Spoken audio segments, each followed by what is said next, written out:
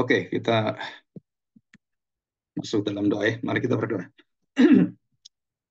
Kami bersyukur Bapa yang baik. Kami sungguh merasakan satu penyertaan dan Tuhan yang mengendalikan seluruh hidup kami, seluruh umat manusia, seluruh semesta alam, dan apapun yang bergerak yang hidup berada dalam tangan pengendalian Tuhan. Engkau mengontrol, Engkau memelihara, dan Engkau menjagai. Engkau juga yang mengarahkan segala sesuatu sesuai dengan rencanamu, sesuai dengan kemuliaan-Mu, dan seluruhnya menyatakan kepada kami bahwa kami adalah orang-orang yang tidak mungkin lepas dan tidak bergantung kepada Tuhan. Dan Tuhan tolong kami supaya kami bisa terus mengandalkan Tuhan dalam seluruh situasi hidup kami, baik yang belum kami hadapi ataupun sudah kami lewati dan sedang berjalan. Tuhan berikan kami kekuatan dan juga iman yang semakin dalam, semakin bertumbuh dan berakar pada Kristus dan semakin berbuah dan melimpah kepada orang-orang sekeliling kami. Terima kasih Bapak, ajarlah kami hari ini tentang Daniel dengan segala pengalaman hidupnya, dan Kau memberikan hak istimewa, baik menafsirkan mimpi maupun melihat visi dari Tuhan. Dan semuanya ada maksud dari Tuhan. Bimbinglah kami mohon bila roh Tuhan akan menyertai kami dan membantu kami, menolong kami dalam segala ketidakmengertian ataupun kelemahan-kelemahan kami. Di dalam nama Tuhan Yesus kami serahkan doa kami. Amin. Ya, kita belajar dari Daniel pasal 7 ya. Kita buka Daniel pasal 7. Daniel pasal 7 dari ayat yang pertama. Kita melihat ada dua gambaran ya, dua visi atau penglihatan juga di dalam seperti mimpi itu ya. Daniel pasal 7 dan pasal 8 kita lihat. Nanti yang 8 kita ambil sebagian saja. Daniel pasal 7 ayat 1, pada tahun pertama pemerintahan Belshazzar, anak dari Nebukadnezar, masih Babel ya, Raja Babel, bermimpilah Daniel dan mendapat penglihatan-penglihatan di tempat tidurnya. Lalu dituliskannya mimpi itu, dan inilah garis besarnya. Berkatalah Daniel, demikian pada malam hari aku mendapat penglihatan, visi ya. Jadi bukan mimpi orang mimpi yang nggak ada artinya, tapi itu penglihatan sadar dalam masa dia tidur itu. Aku mendapat penglihatan tampak keempat mata angin dari langit, keempat angin dari langit mengguncangkan laut besar. Dan empat binatang, ini kita masih ingat ya, kitab Wahyu juga sama, 444. Empat binatang besar naik dari dalam laut. Ini melambangkan kerajaan kegelapan. Dan ini melambangkan pemimpin-pemimpin dalam kegelapan. Atau sistem pemerintahan kerajaan Allah dan kerajaan kegelapan. Nah, ini adalah kerajaan kegelapan. Jadi ada sistemnya, ada kastanya juga, ada urutannya, dan ada, kalau orang ngomong itu organisasinya, siapa pemimpinnya di atas siapa, itu ada kerajaan iblis, kerajaan setan, atau kerajaan kegelapan, bukan yang terang. Itu sama sistemnya ya, cuman bedanya apa? Bedanya itu yang mengarahkan adalah Allah dan segala sesuatu diatur oleh yang ini diatur oleh kegelapan atau pimpinan tertinggi adalah Lucifer. Demikian bunyi firman Tuhan. Dikatakan empat binatang besar naik dari dalam laut dan satu berbeda dengan yang lain.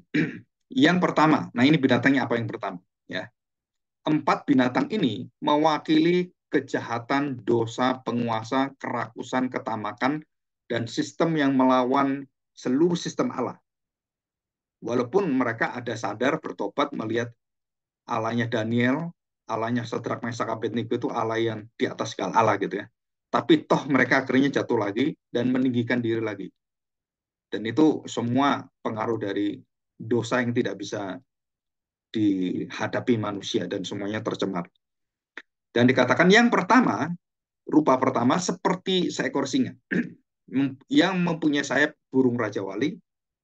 Aku terus melihatnya sampai sayapnya tercabut dan ia terangkat dari tanah dan ditegakkan pada dua kaki seperti manusia. Dan kepadanya diberikan hati manusia. Dan ini gambaran satu kerajaan, satu pemimpin, dan sistemnya, serta apa disebut sebagai pilar-pilar kerajaannya itu. Jadi kakinya kaki manusia dan diberikan hati manusia.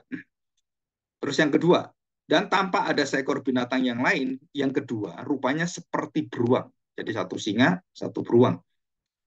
Ia berdiri pada sisinya yang sebelah dan 3 tulang rusuk masih ada di dalam mulutnya, di antara giginya.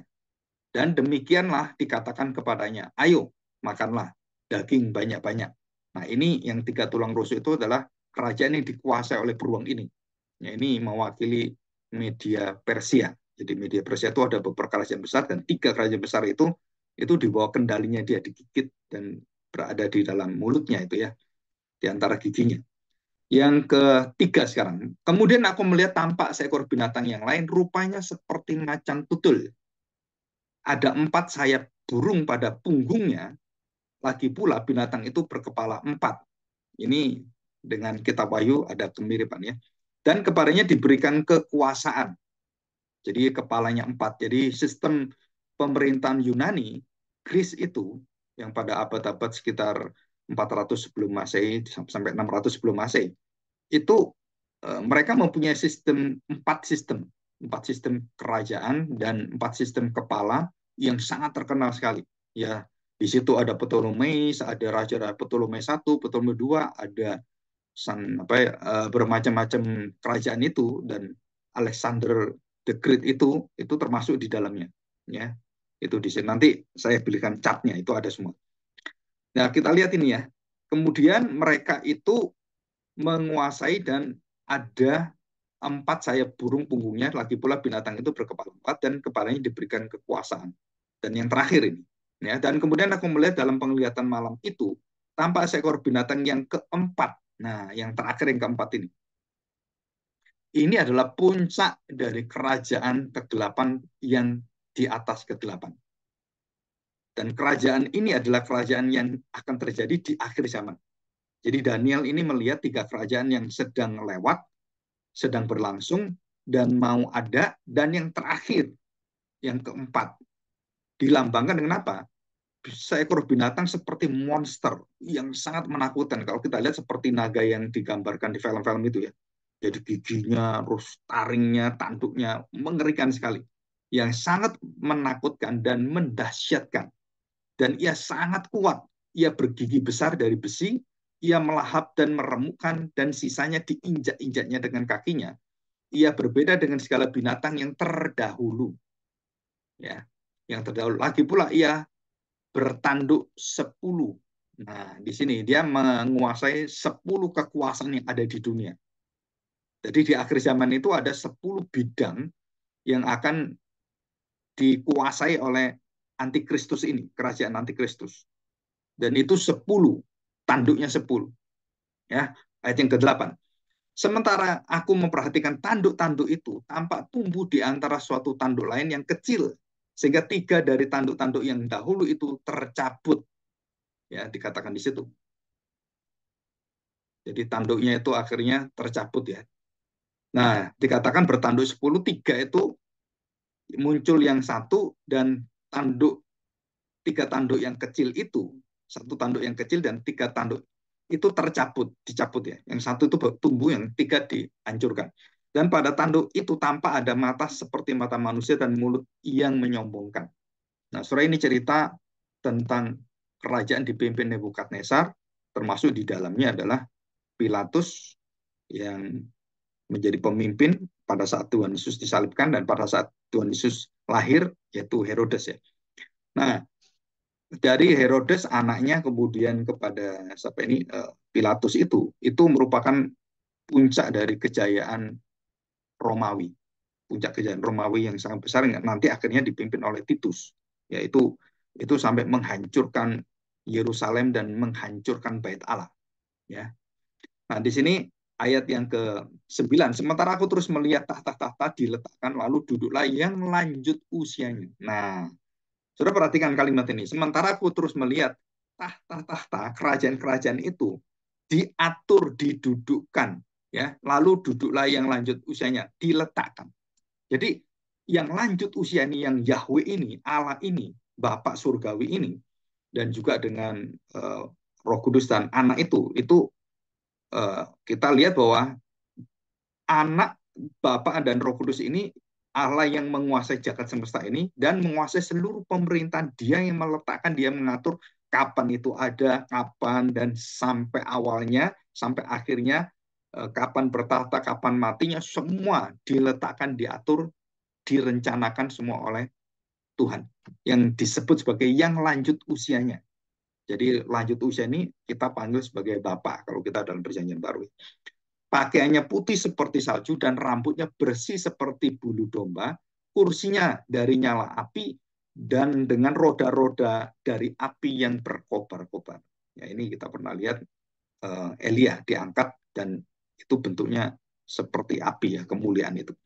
Suatu sungai api timbul dan mengalir di hadapannya, 1000 kali beribu-ribu melayani dia. Dan selaksa kali berlaksa-laksa berdiri di hadapannya. Lalu duduklah majelis pengadilan dan dibukalah kitab-kitab. Ya, ayat yang ke-13. Aku terus melihat dalam penglihatan malam itu tampak datang dari awan-awan dari langit seorang seperti anak manusia. Nah, ini saudara. Jadi kerajaan yang lanjut usia itu yang mengontrol sesuatu akhirnya akan memberikan kerajaan yang kekal kepada anak manusia ini, yaitu Yesus Kristus. Allah yang menjadi manusia, pribadi kedua itu. Datanglah ia kepada yang lanjut usianya itu, dan ia dibawa ke hadapannya. Nah, di sini. Lalu diberikan kepadanya kekuasaan kemuliaan. Matius 28 ayat 18. Segala kuasa yang ada di surga, di bumi, dan segala kuasa yang di dunia malaikat, dunia roh, dunia kejahatan, semua itu dibawa dan diberikan Bapa kepada dia, diserahkan kepada dia.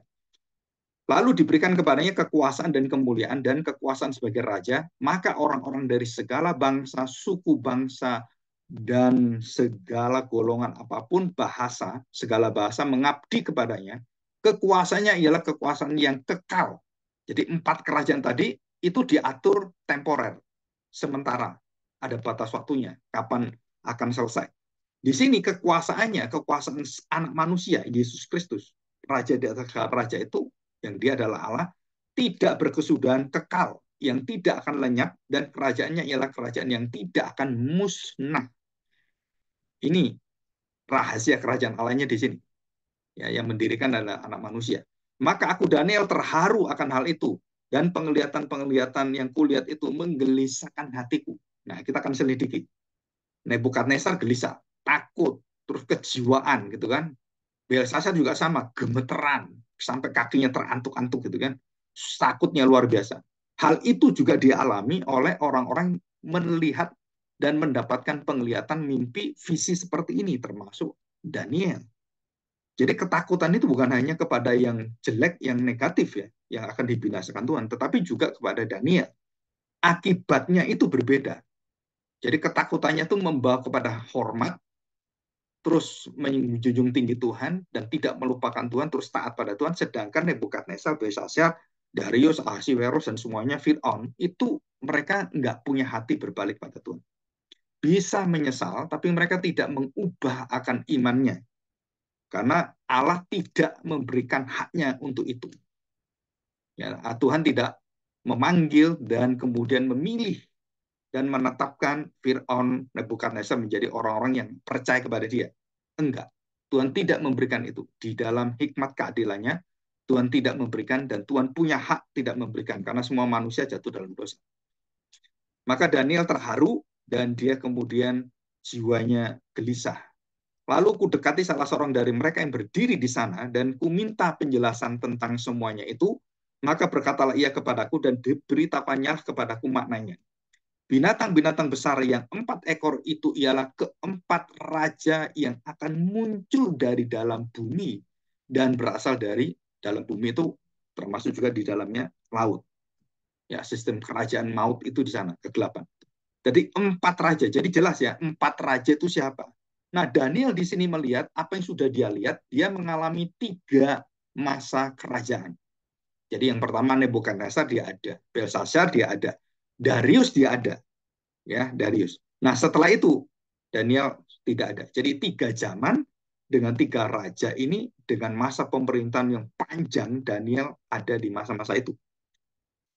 Dan dia melihat, mengenal, kemudian yang terakhir dan kemudian yang akan datang eskaton, zaman akhir dia tidak lihat.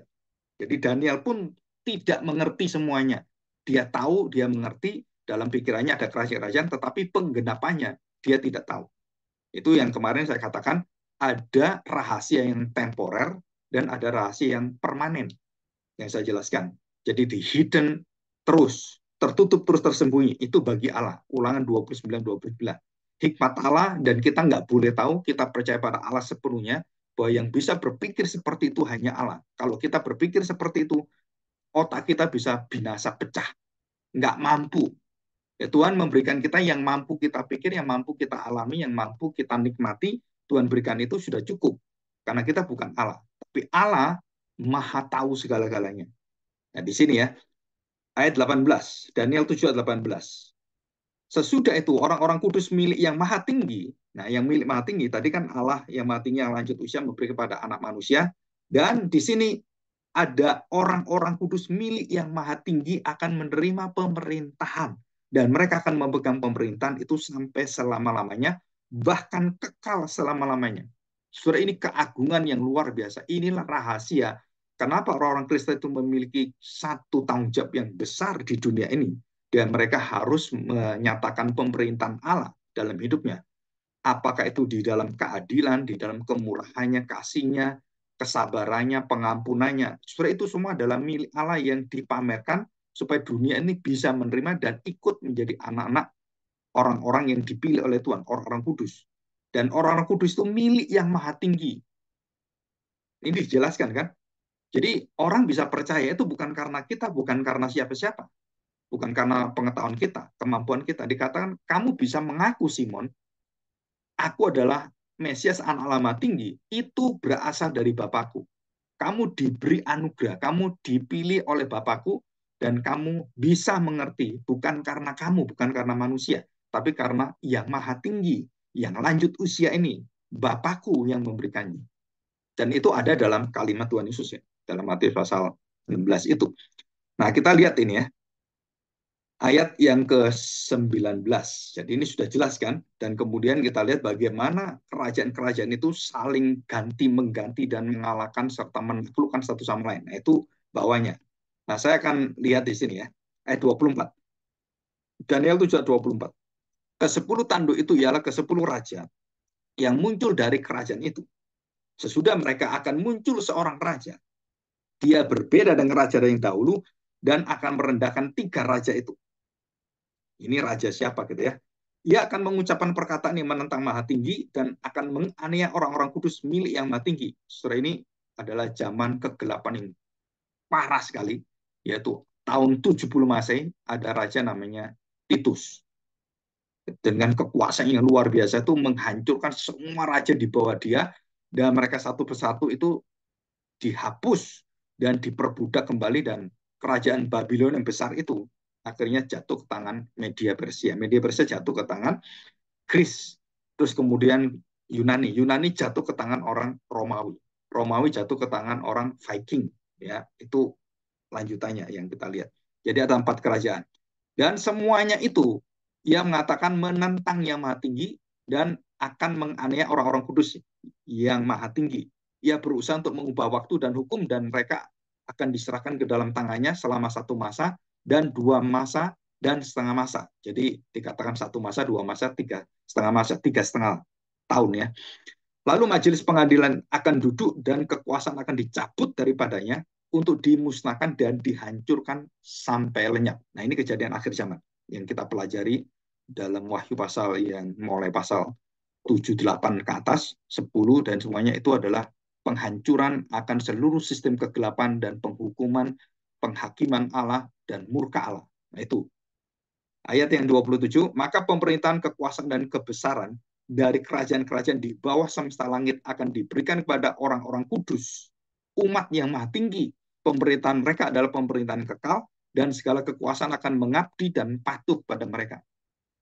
Jadi saudara, di akhir zaman ini, orang-orang percaya, orang-orang kudus, tanda petik ya, artinya mewakili kelompok-kelompok orang kudus itu kan di gereja, bait Allah. Dan di dalam bait Allah inilah saudara kita memerintah bersama dengan Tuhan dengan sistem semua kerajaan, berita Injil kerajaan Allah. Jadi sifat-sifat Allah, kemurahan Allah, berita-berita tentang kesaksian Allah, itu menjadi kekuatan yang tidak bisa dikalahkan, kekal selama-lamanya, dan itulah yang menghancurkan kekuatan iblis. Ya, saya bersyukur di Indonesia itu banyak orang-orang, baik itu orang Kristen, orang Katolik, yang di dalam masa-masa politik, pemilihan umum seperti ini, mereka muncul memberikan satu arah terang kepada negara kita. Ya, kemarin saya dengarkan Romo Beni, Romo Magnis, Persatuan Gereja-Gereja dipimpin oleh Gultom, Pak Gultom itu, dan kemudian ada rektor-rektor, akademisi, semua menyatakan tentang terang, yaitu anugerah hukum yang betul-betul harus ditegakkan. Nah, setelah itu kita bersyukur sekali. Kenapa? Karena itulah yang akan bertahta selama-lamanya.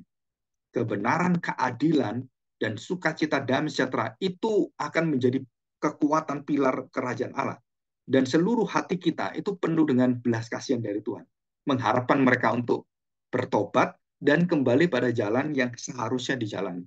Jadi kalau kerajaan berdasarkan hukum, berdasarkan sistem, baik itu eksekutif, legislatif, yudikatif, itu semuanya harus diikuti dan harus saling menghormati. Dan itu semua dari Tuhan. Ya, dari Tuhan, tapi ini anugerah umum ya. Tidak menyelamatkan tetapi memberikan damai sejahtera di dalam hubungan manusia. Dan mereka harus mencapai kekuatan damai yang sejati, damai di dalam Kristus. Nah, baru mereka diselamatkan. Ya. Kita berdoa supaya ini kesempatan yang besar, panen yang besar bagi bangsa Indonesia dan juga bangsa-bangsa yang lain, karena dikatakan bahwa di akhir zaman ada satu panen besar, tahun Yobel. Dan Tuhan akan memanen itu, malaikat-malaikat memanen jiwa-jiwa yang luar biasa. Nah, termasuk kita semua di sini. Ya, dikatakan di situ. Nah, ini yang terakhir sekarang. Perhatikan, so. Jadi Daniel itu mengerti, baik itu mimpinya Nebukadnezar, mimpinya Belshazzar, mimpinya dia juga, apakah mengerti semuanya? Jawabannya tidak. So. Jadi ada yang permanen, Daniel nggak tahu. Dan itu semua baru tahu kalau Tuhan beritahu. Ya, jadi yang tidak tahu Tuhan beritahu. Ada yang betul-betul tidak akan diberitahu oleh Tuhan dan selama-lamanya tidak diberitahu. Nah, itu milik Tuhan. Ya, the mystery ya. Jadi the hidden yang disembunyikan dalam diri Allah, yang bisa mengenal rahasia itu adalah roh Allah. Ya Allah sendiri, rohnya itu yang bisa mengenal. Jadi kalau Roh Kudus ada dalam hati kita dan dia mau memberitahukan tentang rahasia-rahasia tentang diri Allah, kalau itu betul-betul mau dinyatakan pada kita, Roh Kudus membantu kita dengan firman Allah, perkataan Kristus, ajaran Kristus yang juga menggenapi seluruh ajaran perjanjian lama. Nah, barulah rahasia-rahasia itu dibukakan oleh Roh Kudus. Yang saya memakai bahasa komputer, bahasa sistem yang ada adalah kita memakai login dan password yang ada dan identitas kita yang baru. Identitas di dalam kitab kehidupan. Baru kita bisa masuk dengan di dalam nama Tuhan Yesus Kristus. Nah, itu. Ya. Ya, dalam nama Tuhan Yesus Kristus kita baru masuk. Kemudian passwordnya apa? Yaitu darah Kristus. Kematian Kristus, kebangkitannya. Nah, baru kita bisa buka kerajaan Allah itu. Ya. Kalau nggak bisa, kita harus diriset dulu oleh Roh Kudus supaya kita bisa masuk dengan sistem yang baru, dengan kelahiran yang baru, dengan manusia baru, dengan sifat yang baru. Itu ada sistemnya. Jadi nama kita siapa, password siapa, dan baru kita bisa login, bisa masuk. Nah, ini dikatakan ayat 28. Sekian berita itu, adapun aku Daniel, pikiran-pikiranku sangat menggelisahkan aku sehingga aku menjadi pucat dan bahkan bisa pingsan gitu ya. Dan aku menyimpan hal itu di dalam ingatanku. Ya. Oke, sekarang kita lihat Daniel 8. Ya, saya akan baca ayat yang keempat, Daniel 8 yang keempat. Aku melihat domba jantan itu menanduk ke barat, ke utara dan ke selatan, dan tidak ada seekor binatang pun yang tahan menghadapi dia, dan tidak ada yang dapat membebaskan dari kuasanya. Ia berbuat sekehendak hatinya dan membesarkan diri. Saudara itu siapa? Nah, ini adalah kerajaan yang sedang dialami oleh Daniel pada saat itu. Siapa? Belshazzar. Tidak seperti papanya yang sudah diajar, Belshazzar lupa, dan dia meninggalkan diri, akhirnya dibinasakan Tuhan. Malam itu juga dia menerima mimpi malam sebelumnya. Dia tidur dan melihat, dan kemudian malam itu juga, selang malam itu, Belshazzar, anak Nebukadnezar, itu dibinasakan Tuhan. Ya, dan langsung diberikan pada media Persia, kerajaan. Dan kita lihat ayat yang ke-6. Ia datang pada domba jantan yang dua tanduknya, dan yang kulihat berdiri di depan sungai itu, ia menyerangnya dengan keganasan yang hebat. Aku melihatnya mendekati domba jantan itu yang menggeram, ya menggeram. Lalu di tanduknya domba jantan itu dipatahkannya ke dua tanduknya dan domba jantan itu tidak berdaya untuk tahan menghadapi dia. Dihempaskan dia ke bumi, diinjak-injaknya dan tidak ada yang melepaskan domba jantan itu dari kuasanya. Kambing jantan itu sangat membesarkan diri. Nah, ini yang menanduk itu kambing ini. Tetapi ketika ia sampai pada puncak kuasanya, patahlah tanduk yang besar itu, lalu pada tempatnya tumbuh 4 tanduk yang aneh, sejajar dengan keempat mata angin yang dari langit. Maka dari salah satu tanduk itu muncul satu tanduk kecil. Jadi 4 itu satunya muncul tanduk kecil. Yang menjadi sangat besar ke arah selatan, ke arah timur, dan ke arah tanah permai. Nah, saudara, itu melambangkan kerajaan yang akan besar luar biasa bernama kerajaan Romawi yang keempat. Ia menjadi besar bahkan sampai kepada bala tentara langit, dan bala tentara itu dari bintang-bintang dijatuhkannya beberapa ke bumi dan diinjak-injaknya. Bahkan terhadap panglima bala tentara itu pun ia membesarkan dirinya, dan daripadanya diambil korban persembahan sehari-hari, dan tempatnya yang kudus dirobohkan. Ini mewakili satu raja bernama Titus, ya, yang menghancurkan bait Allah. Dan juga Herodes juga pernah ini ya menghancurkan juga, tetapi dia kemudian memelihara. Kalau ini enggak dirobohkan, ya. Jadi Titus hancurin semua. Suatu kebaktian diadakan secara fasik menggantikan korban sehari-hari, kebenaran diempaskannya ke bumi, dan apapun yang dibuatnya semuanya berhasil. Nah, surah ini adalah orang yang punya kekuatan kuasaan dan semua berasal dari Tuhan dan dia berhasil. Ya, ayat yang ke-15, Daniel 8 ayat 15. Sedang aku Daniel melihat penglihatan itu dan berusaha memahaminya, maka tampaklah seorang berdiri di depanku yang rupanya seperti laki-laki. Dan aku mendengar dari tengah sungai Ulai itu suara manusia yang berseru. Gabriel, suara manusia yang berseru, memerintah malaikat yang hebat sekali. Malaikat yang sangat tinggi kedudukannya. Gabriel, Mikael, dan ada Rafael juga. Gabriel, buatlah orang ini memahami penglihatan itu. Jadi untuk mengerti penglihatan yang baru ini, Daniel itu harus dibantu oleh kuasa malaikat Gabriel. Kita masih ingat Gabriel? Waktu Natal, datang kepada Yusuf, datang kepada Maria, datang kepada siapa ini, Imam Zakaria. Saudara, kita mendengarkan itu. Itu Gabriel yang memberi pengertian tentang kerajaan Allah, tentang Mesias, dan tentang siapa yang kamu kandung ini. Ini Gabriel yang membukakan pengertian.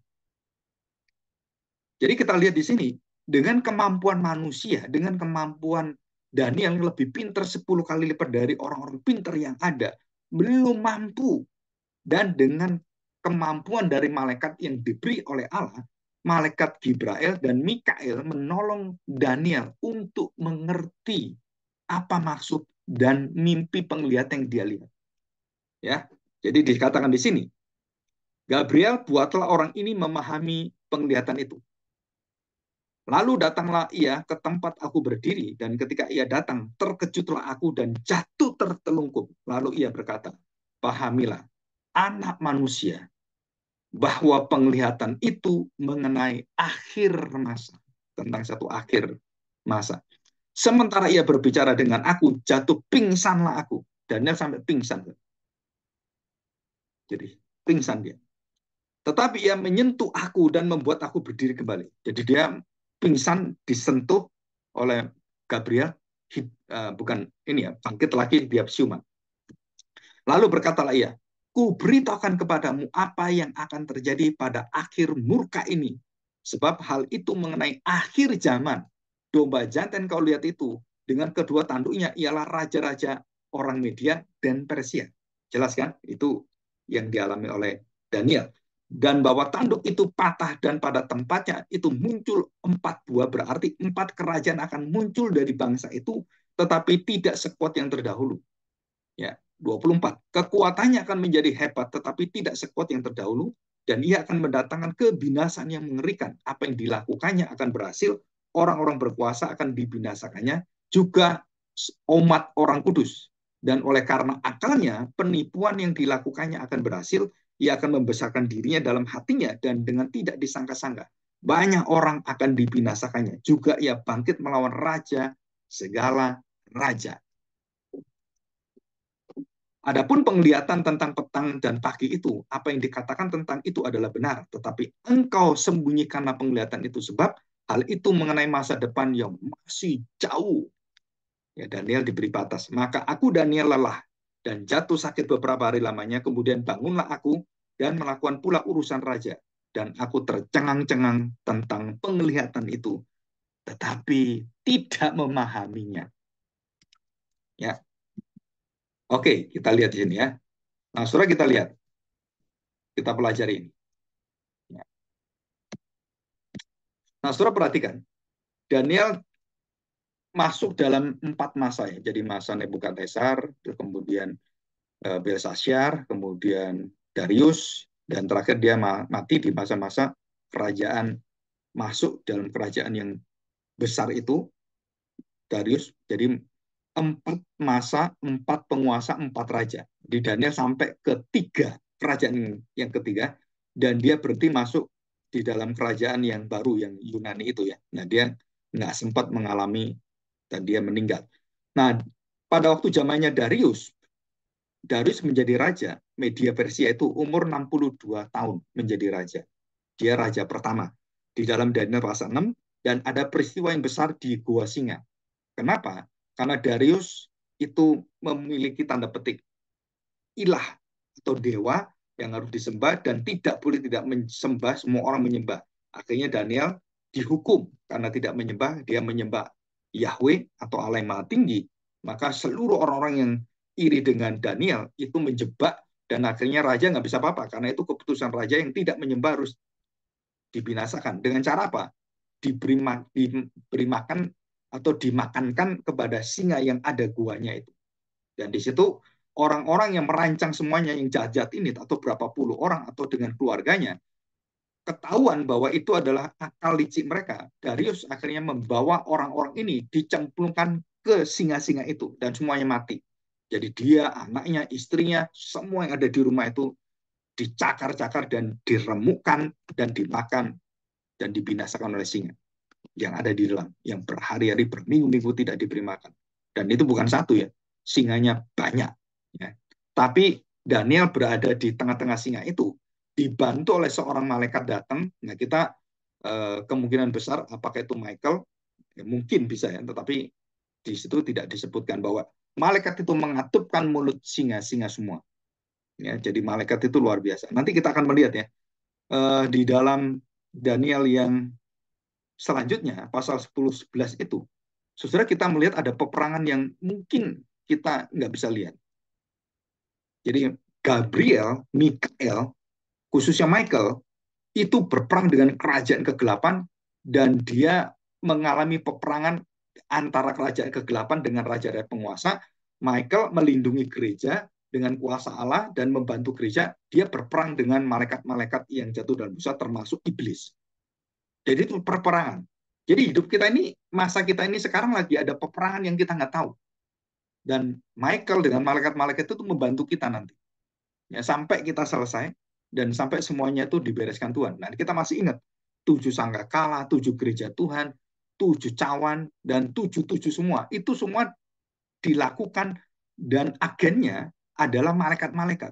7 malaikat itu. Setelah ini terjadi apa? Ini masa. Jadi semua dalam penguasaan Tuhan, semua di dalam kontrol Tuhan, dan malaikat-malaikat itu yang akan memulai tanda-tanda semua dari malaikat-malaikat. Ya, ini dunia yang tidak kita lihat tapi kita imani. Oke, ya, jadi kita lihat bahwa terjadi satu gejala kejiwaan. Jadi mau seperti orang yang mau gila.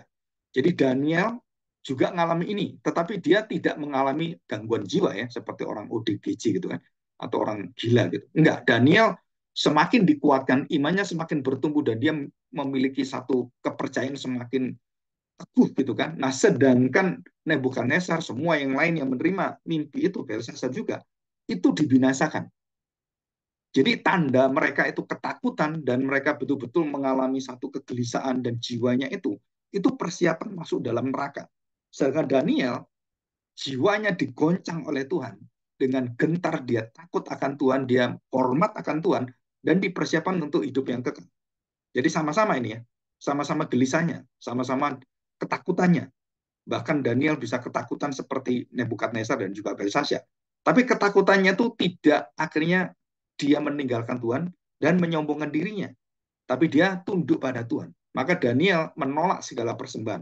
Dan dia waktu dikasih hadiah oleh Nebukadnezar, oleh Raja Belshazzar, dia nggak mau terima. Disuruh berikan orang-orang yang layak terima. Orang nggak mampu, kamu kasih aja.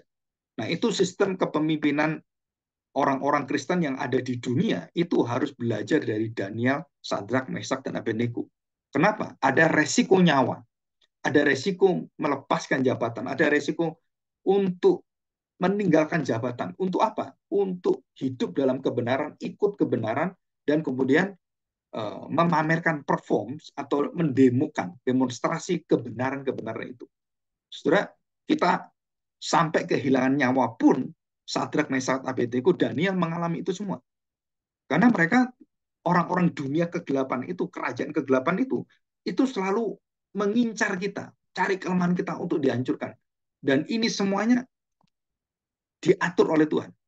Dan orang-orang yang mengincar kita tahu kan ada seorang Kristen yang dimusuhi dan yang musuh sekarang mati satu-satu. Nah, sama dengan zamannya Nebukadnezar, sama dengan zamannya Salomo.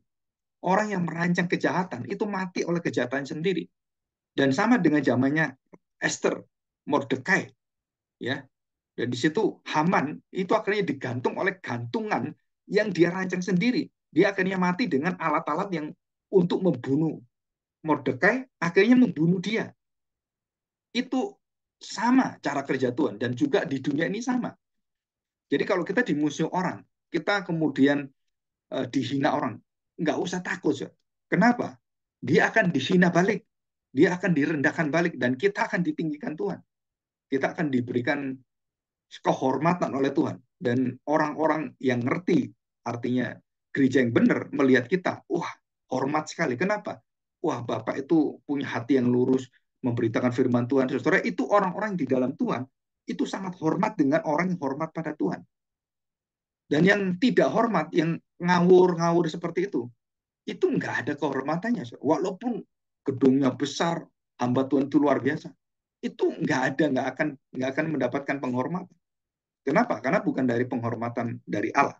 Jadi di sini Anda bukan Nesal, Bersasar, semuanya, setelah itu akan dihakimi Tuhan dan kemudian ditentukan oleh Tuhan masa kerajaannya, kekuatannya, kemuliaannya yang dari Tuhan semuanya itu dihentikan, dan bukan hanya itu, nyawanya pun dihentikan. Tapi Belsasar, Nebukadnezar mati semua. Fir'aun mati semua. Semua mati kan? Tetapi anak-anak Tuhan, Yusuf, kemudian Sadrak, Mesak, Abednego, Daniel, tetap kekal selamanya. Artinya kekal apa? Mereka terus bersama dengan Tuhan selama-lamanya. Memerintah bersama dengan Tuhan. Jadi Daniel dan temannya, Sadrak, Mesak, Abednego, itu adalah orang-orang yang akan mengatakan pemerintahan Allah yang kekal. Ya. Dan di situ akan memuncak pada waktu Yesus datang. Oke, Daniel pasal 7. Nah, sekarang kita lihat ini ya. Tadi pasal 7, pasal 8. Ya.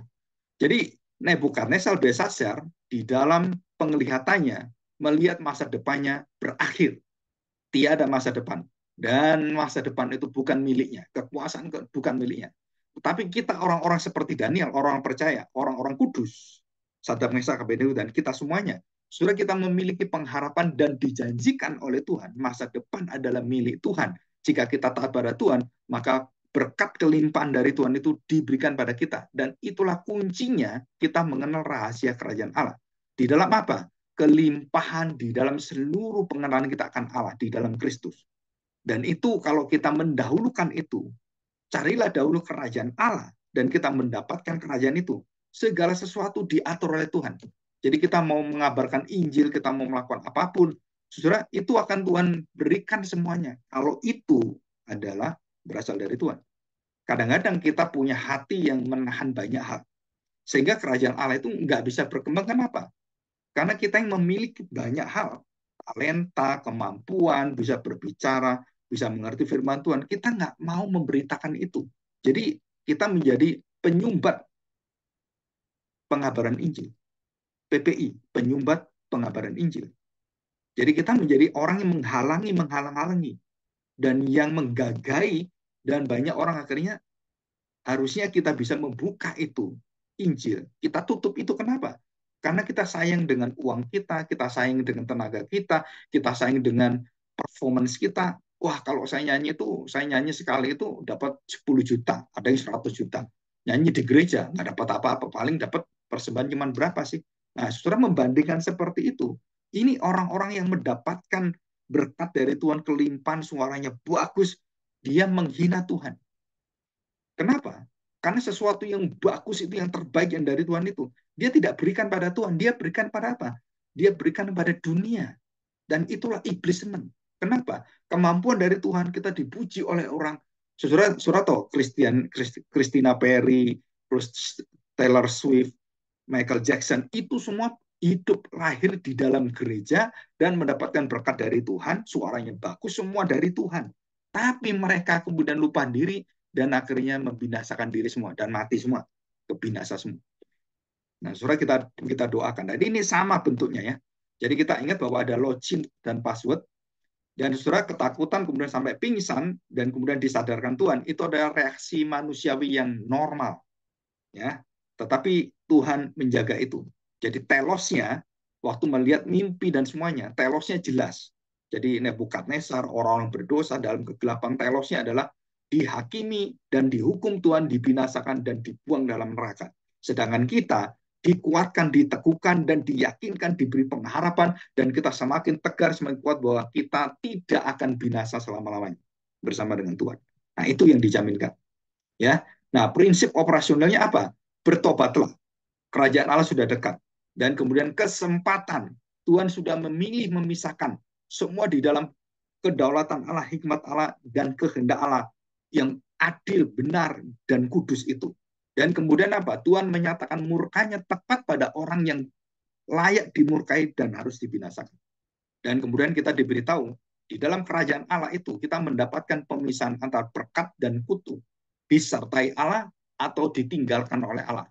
Hidup di dalam kebenaran atau hidup di dalam kegelapan. Diikat oleh dosa atau bebas merdeka dalam kebenaran Tuhan. Dan itu semua sama beritanya.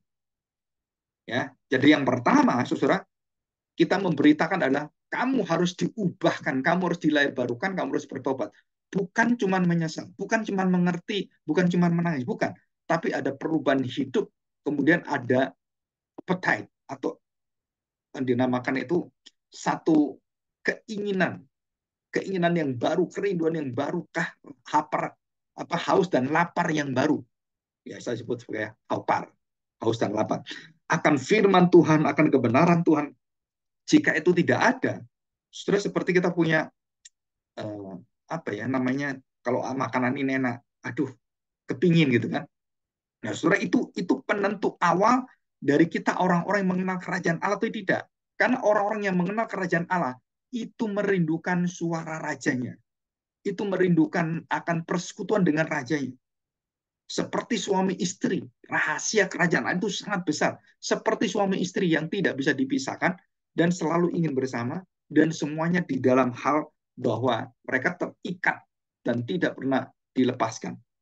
Walaupun secara manusia kita tahu manusia jatuh dalam dosa. Bangsa Israel sebagai pengantin Tuhan meninggalkan Tuhan, sehingga Tuhan itu marah dan kemudian mengundang yang lainnya, bangsa-bangsa lain datang. Nah, itu kita lihat ya. Tetapi dalam perjanjian baru, saudara, kita mendapatkan perjanjian kepastian, perjanjian mutlak, perjanjian rencana Allah, dan tidak dibuang sekali untuk selama-lamanya. Dan itu jelas. Ya, jadi kita lihat ini, kerajaan yang terakhir adalah kerajaan antikristus yang di akhir zaman. Dan itu, saudara, kita sedang menuju kerajaan yang memuncak, kerajaan kegelapan, dan kita juga menuju pada kerajaan kekal yang selama-lamanya yang tidak terkalahkan. Jadi kerajaan manusia ini akan semakin kuat dengan 10 tanduk itu. Mereka bersatu, dan kemudian kita lihat 3 tanduk yang paling hebat itu, muncul 1 tanduk, ya, yang kecil itu. Dan kemudian tanduk itu menguasai semuanya. Nah, itu adalah kerajaan antikristus. Nah, saudara, kerajaan antikristus pun itu semua dikuasai oleh semua kekuatan dari Allah. Siapa yang menguasai? Yang lanjut usianya, yaitu Yahweh. Dia adalah hakim, dia pengendali, dia berdaulat, dia yang memberikan batas-batas semuanya.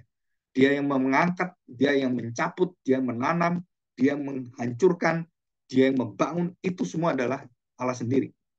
Dan seluruh bangsa itu mendapatkan haknya.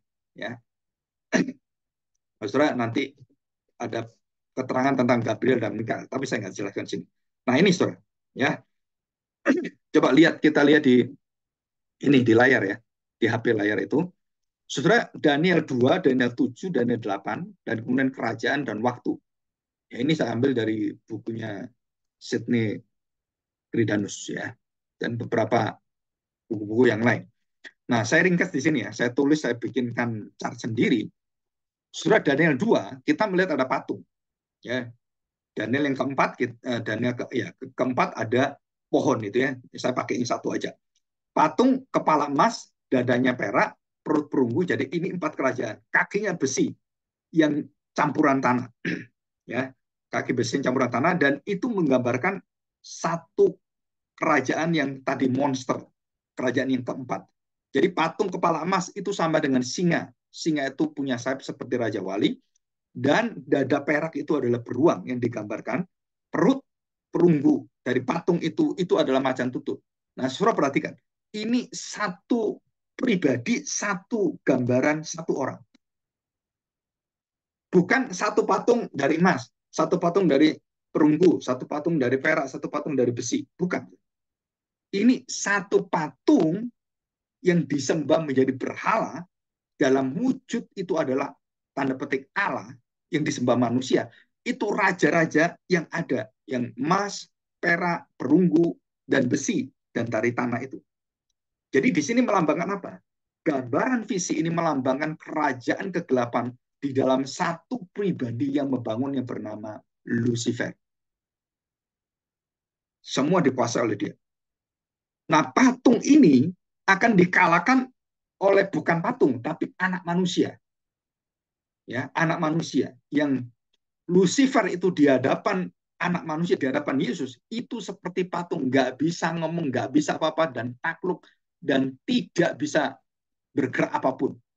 Anak manusia datang, iblis jatuh seperti bintang dari langit.